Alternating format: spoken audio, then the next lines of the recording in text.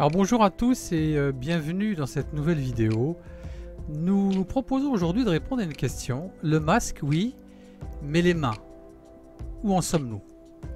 Alors le masque ne fait pas tout le travail, donc attention. Alors depuis le déconfinement de la France, le port du masque est devenu obligatoire pour se rendre dans les commerces ou dans les transports en commun. Attention, cet accessoire peut aussi se transformer en un ennemi juré. Beaucoup de médecins, comme certains pneumologues, expriment que le masque est un nid à bactéries. Alors s'il est mal utilisé, le masque peut devenir un vecteur de contamination au coronavirus ou à des bactéries pathogènes. Expliquons-nous. Avant le déconfinement de la France, Emmanuel Macron avait d'ores et déjà annoncé que les citoyens devraient être munis d'un masque grand public lors de leur sortie. De nombreux experts appellent d'ailleurs à généraliser cette pratique. L'enjeu, limiter la protection de postillons infectieux lors de déplacements autorisés des Français. En effet, les personnes asymptomatiques peuvent transmettre le coronavirus sans le savoir, juste en parlant. Comme pour tout type d'infection virale, la grippe par exemple, on sait de façon certaine aujourd'hui que le transport du virus se fait aussi via des micro-gouttelettes projetées par celui qui parle. Les masques permettent donc de réduire la transmission, et ce, même les personnes ne présentant pas de symptômes. Alors le masque barrière est un masque en tissu destiné au public et notamment à toute personne saine ou asymptomatique. L'usage d'un masque barrière n'exonère aucunement l'utilisateur de l'application systématique des gestes barrières, qui sont essentiels, ainsi que des règles de distanciation sociale visant à lutter contre les infections virales. Alors en effet, le masque, à lui seul ne suffit pas à vous protéger contre le Covid-19, il peut même causer du tort et favoriser l'infection. Je vous propose vivement et je vous conseille d'écouter notre précédente vidéo au sujet du contrôle du virus. Qui nous contrôle? Est-ce que c'est nous qui contrôlons le virus ou c'est le virus qui nous contrôle? Alors le masque peut être une fausse sécurité si on l'utilise mal. Ce n'est pas si simple que ça à l'usage au quotidien. Le masque peut être un vecteur de contamination. Sans le savoir, on commet chaque jour un nombre incalculable d'erreurs qui nous met en danger. On pense, et vous pensez être protégé par votre masque, mais ces mauvaises habitudes risquent de le rendre inefficace, voire contaminant. Dans certains cas, il peut même être plus risqué de porter de masque que de ne pas en avoir. C'est ce que les scientifiques ont voulu démontrer et ont démontré, et nous allons le montrer dans cette vidéo que le geste barrière le plus important, c'est se laver les mains. Entrons dans le vif du sujet pour mieux comprendre.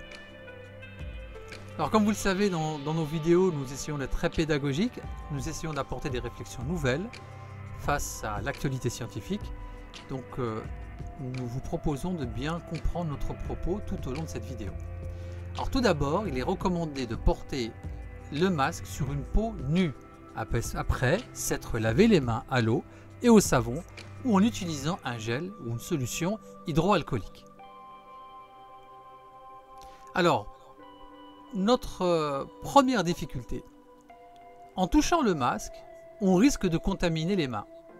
Alors une fois qu'on a mis le masque, il ne faut plus jamais le toucher. Quand on l'enlève, on le retire avec les petits élastiques et jamais on ne va le prendre par le tissu. Pourquoi ?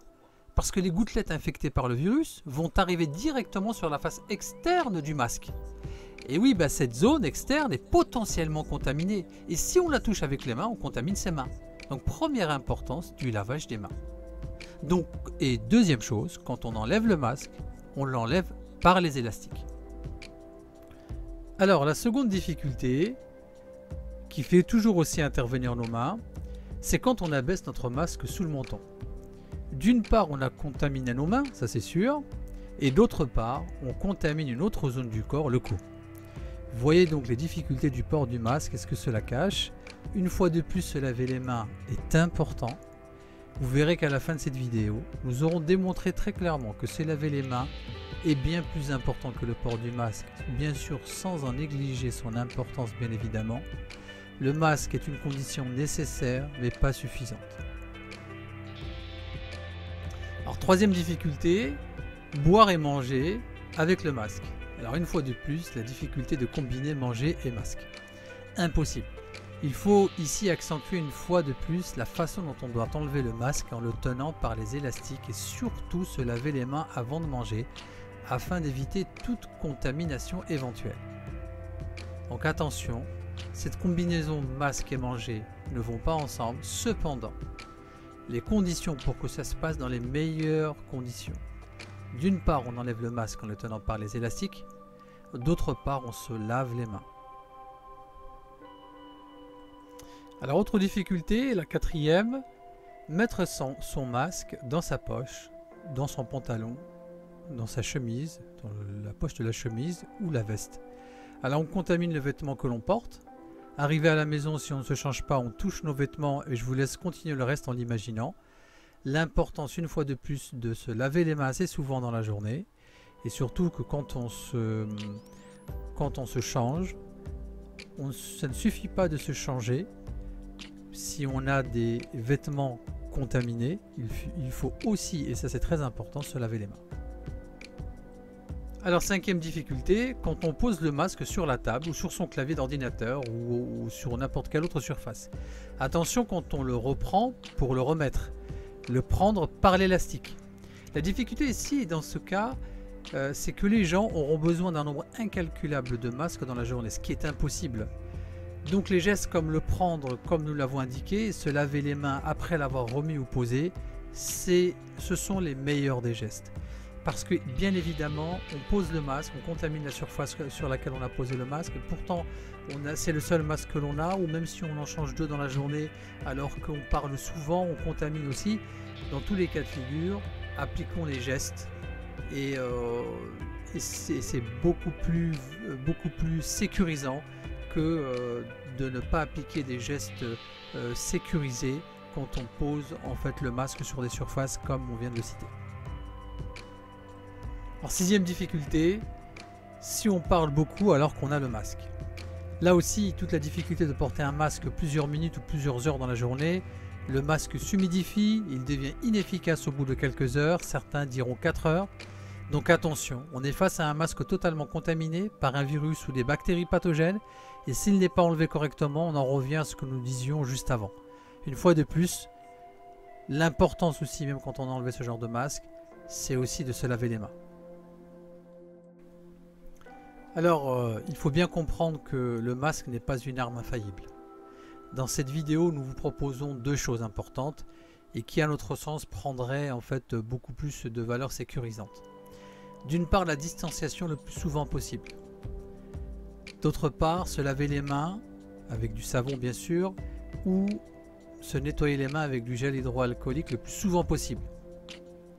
Et troisième chose, ne négligez surtout pas le masque. C'est une condition nécessaire, mais loin d'être suffisante, comme je viens de le préciser il y a quelques minutes.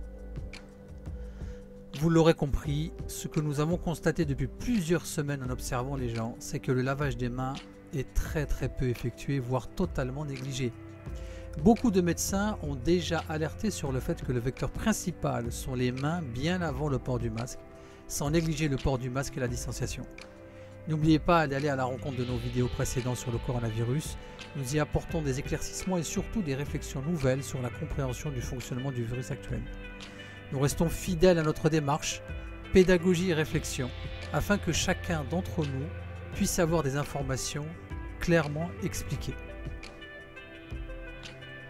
Vous l'aurez compris, plus on a des informations clairement expliquées, avec beaucoup de sérénité, plus on prend conscience des actions que l'on met en œuvre.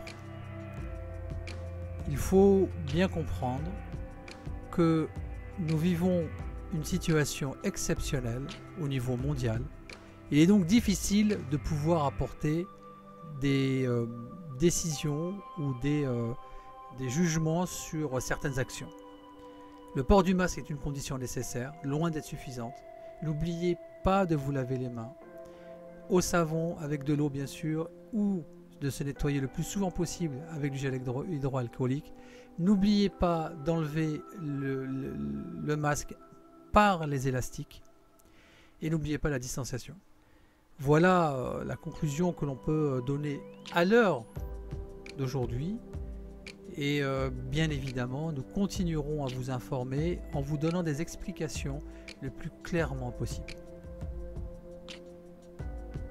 Alors nous terminons cette vidéo par une vidéo que nous avons déjà publiée sur justement l'importance de se laver les mains et qui explique très clairement la puissance de l'eau savonneuse face à n'importe quel virus. Nous terminons donc cette vidéo par cette petite animation extraordinairement bien faite. Alors quelques commentaires justement sur cette vidéo. On sait que le savon est un corps solide ou liquide obtenu par l'action d'une base sur un corps gras, ce qu'on appelle la saponification. Ça sert au nettoyage ainsi qu'au blanchissage. La base et le corps gras forment alors des tensions actives qui sont les constituants même du savon.